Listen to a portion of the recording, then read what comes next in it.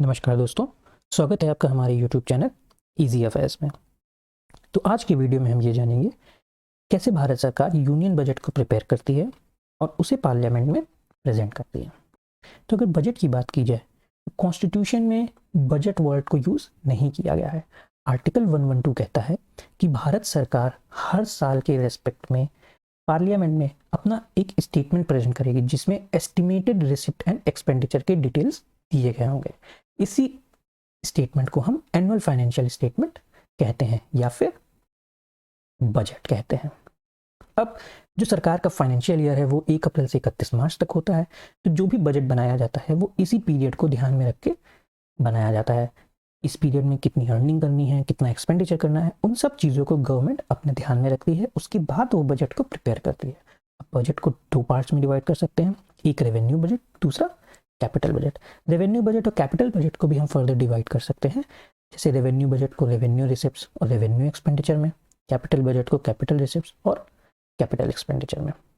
अगर budgeting process की बात की जाए तो इसमें 3 स्टेप्स इन्वॉल्व होते हैं। पहला प्रिपरेशन, दूसरा प्रेजेंटेशन, तीसरा इम्प्लीमेंटेशन। आज के वीडियो में हम लोग प्रिपरेशन और प्रेजेंटेशन की बात करेंगे। अगर बजट के प्रिपरेशन की बात की जाए तो ये बजट डिवीजन करता है। Budget division department of economic affairs का हिस्सा है जो कि मिनिस्ट्री ऑफ फाइनेंस में आता है।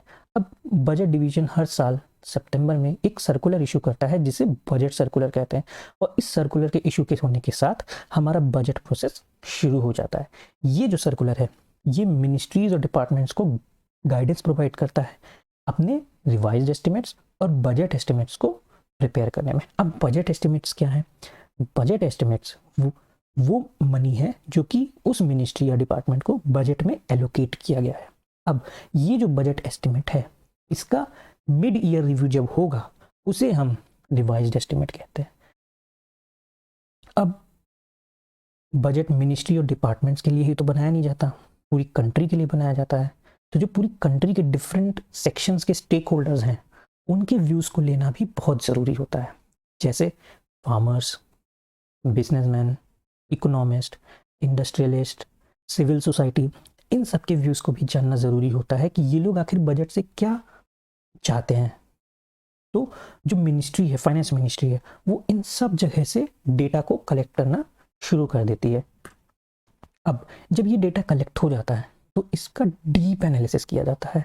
अब मिनिस्ट्री जो है वो थिंक टैंक्स को यूज़ करती है, अलग अलग लोगों से कंसल्टेशंस लेती है, अलग अलग इकोनॉमिस्ट से कंसल्टेशन लेती है कि हम इसमें और कैसे बेहतर इसको एनालिसिस कर सकते हैं। तो ये सब करने के लिए बहुत सारी प्री बजट मीटिंग्स होती हैं, और इन सभी प्री बजट मीटिंग्स के बाद फाइनेंस मिनिस्टर प्राइम मिनिस्टर के साथ मिलकर टैक्स प्रपोजल्स पे फाइनल कॉल लेते हैं।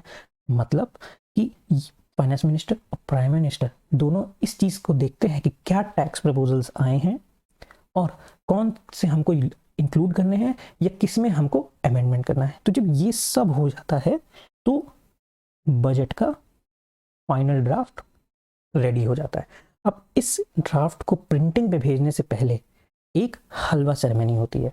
ये बिल्कुल वैसे ही होता है कि जब हम लोग अपने घरों में कोई शुभ काम करने के लिए जाते हैं तो कुछ मीठा खाते हैं, तो उसी तरीके से बजट प्रिंटिंग से पहले फाइनेंस मिनिस्ट्री के सभी स्टाफ मेंबर्स के लिए एक बड़ी कढ़ाई में हलवा बनाया जाता है जिसे हलवा सेरेमनी कहा जाता है।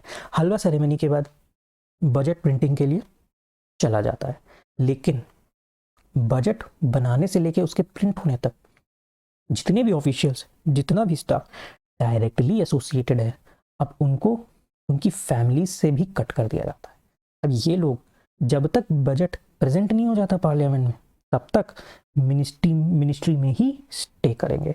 ऐसा इसलिए करते हैं ताकि बजट का कोई भी प्रोविजन पार्लियामेंट में प्रेजेंट होने से पहले लीक ना हो जाए। अगर लीक होता है तो उससे एक विशेष वर्ग को या एक स्पेसिफिक सेक्शन को बेनिफिट हो सकता है, या फिर वो हमारी इकोनॉमी के लिए भी काउंटर प्रोडक्टिव हो सकता है। तो यहाँ पे आके हमारे बजट का जो प्रिपरेशन फेज होता है वो कंप्लीट हो जाता है। अगर प्रेजेंटेशन की बात की जाए तो जिस दिन बजट को प्रेजेंट करना होता है पार्लियामेंट में, हमारे फाइनेंस मिनिस्टर सुबह सुबह प्रेसिडेंट से रिकमेंडेशन लेते हैं। ये रिकमेंडेशन आर्टिकल 117 में मेंशन किया गया है। और इस रिकमेंडेशन के बेसिस पे ही हमारे फाइनेंस मिनिस्टर पार्लियामेंट के लोअर हाउस यानी कि लोकसभा में बजट को प्रेजेंट करते हैं। और वहाँ पे वो जो स्पीच देते हैं उसे बजट स्पीच बोला जाता है। बजट स्पीच के दो पार्ट होते हैं। पहला, general economic situation of the country, मतलब देश की आर्थिक स्थिति उस समय कैसी है। और दूसरा, टैक्सेशन प्रपोजल, कि हम कौन कौन से नए टैक्सेस प्रपोज कर रहे हैं या जो एग्जिस्टिंग टैक्सेस हैं, जो अभी टैक्सेस हैं, उनमें हम क्या बदलाव कर रहे हैं, या अगर हम कोई टैक्स को हटा रहे हैं तो वो टैक्सेशन प्रपोजल में आएगा। अब जब भी फाइनेंस मिनिस्टर की बजट स्पीच खत्म हो जाएगी, उसके बाद बजट की कॉपीज राज्यसभा में भिजवा दी जाती हैं। लेकिन राज्यसभा वोट नहीं कर सकता है बजट के ऊपर, वो सिर्फ और सिर्फ उसे डिस्कस करके रिकमेंडेशन दे सकता है, जिसे लोकसभा चाहे तो एक्सेप्ट करे या फिर ना एक्सेप्ट करे। अब बजट स्पीच के बाद जनरल डिस्कशन होता है बजट का बजट सेशन में। ये बेसिकली 3 से 4 दिन तक चलता है और इसके बाद लोकसभा को लगभग 1 महीने के लिए यानी कि 3 से 4 हफ्ते के लिए एडजर्न कर दिया जाता है। ऐसा इसलिए करा जाता है ताकि ये जो बजट आया है वो जो पार्लियामेंट में हर डिपार्टमेंट की स्टैंडिंग कमेटी है वो उसको एग्जामिन कर सके, उसको डिस्कस कर सके, और जो डिमांड फॉर ग्रांट्स दी गई हैं या जो बजट एलोकेशंस हुए हैं मिनिस्ट्रीज और डिपार्टमेंट को, उनको एनालिसिस कर सके। अब इसके बाद वो लोग एक रिपोर्ट को प्रिपेयर करेंगे और इस रिपोर्ट को पार्लियामेंट के दोनों हाउसेस में भेज दिया जाता है। अब इसके बाद जब वापस से पार्लियामेंट रिकॉन्स्टिट्यूट होती है या बजट सेशन दोबारा शुरू होता है इस 1 महीने के गैप के बाद, तो फिर वहाँ पे जो ये डिमांड फॉर ग्रांट्स हैं इन पे वोटिंग होती है। अब ये जो वोटिंग है ये सिर्फ और सिर्फ लोकसभा में होती है। राज्यसभा वोट नहीं कर सकता, राज्यसभा सिर्फ और सिर्फ रिकमेंडेशन दे सकता है। और ये जो रिपोर्ट्स होती हैं या ये जो डिमांड फॉर ग्रांट्स होती हैं ये मिनिस्ट्री वाइज प्रेजेंट की जाती हैं पार्लियामेंट में या लोकसभा में।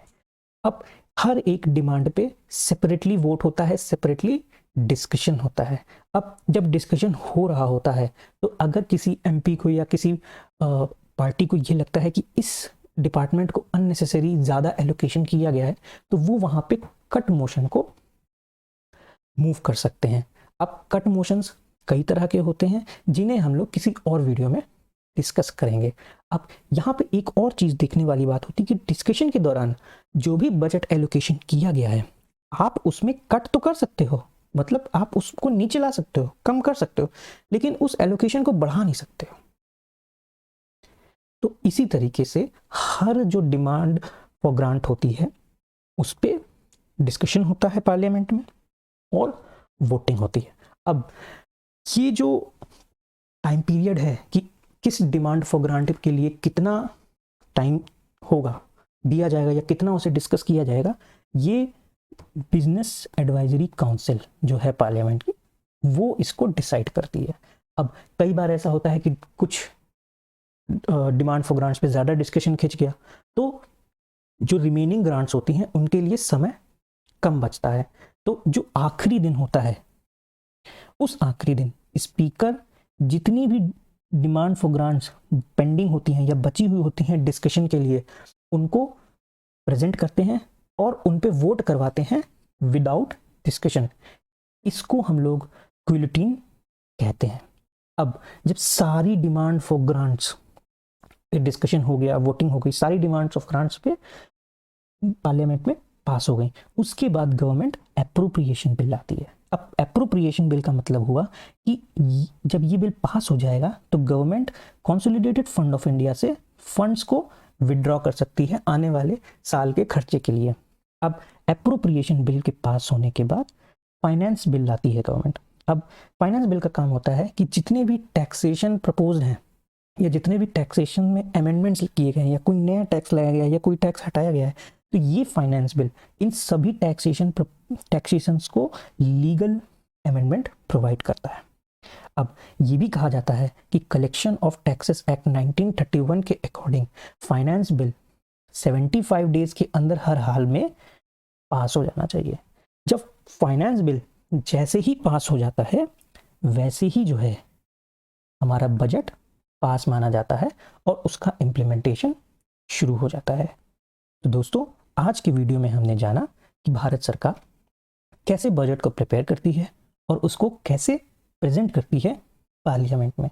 अगर आपको ये वीडियो पसंद आया हो तो प्लीज़ इसको लाइक करिए, अपने दोस्तों से शेयर करिए और इजी अफेयर्स चैनल को सब्सक्राइब करिए। हम आगे ही ऐसे और कई वीडियोस आपके लिए लाते रहेंगे जिसमें हम जो करंट से रिलेटेड इश्यूज होंगे उन्हें आम भाषा में एक्सप्लेन करेंगे आप सभी को। तो आज के लिए बस इतना ही। नमस्कार, जय हिंद।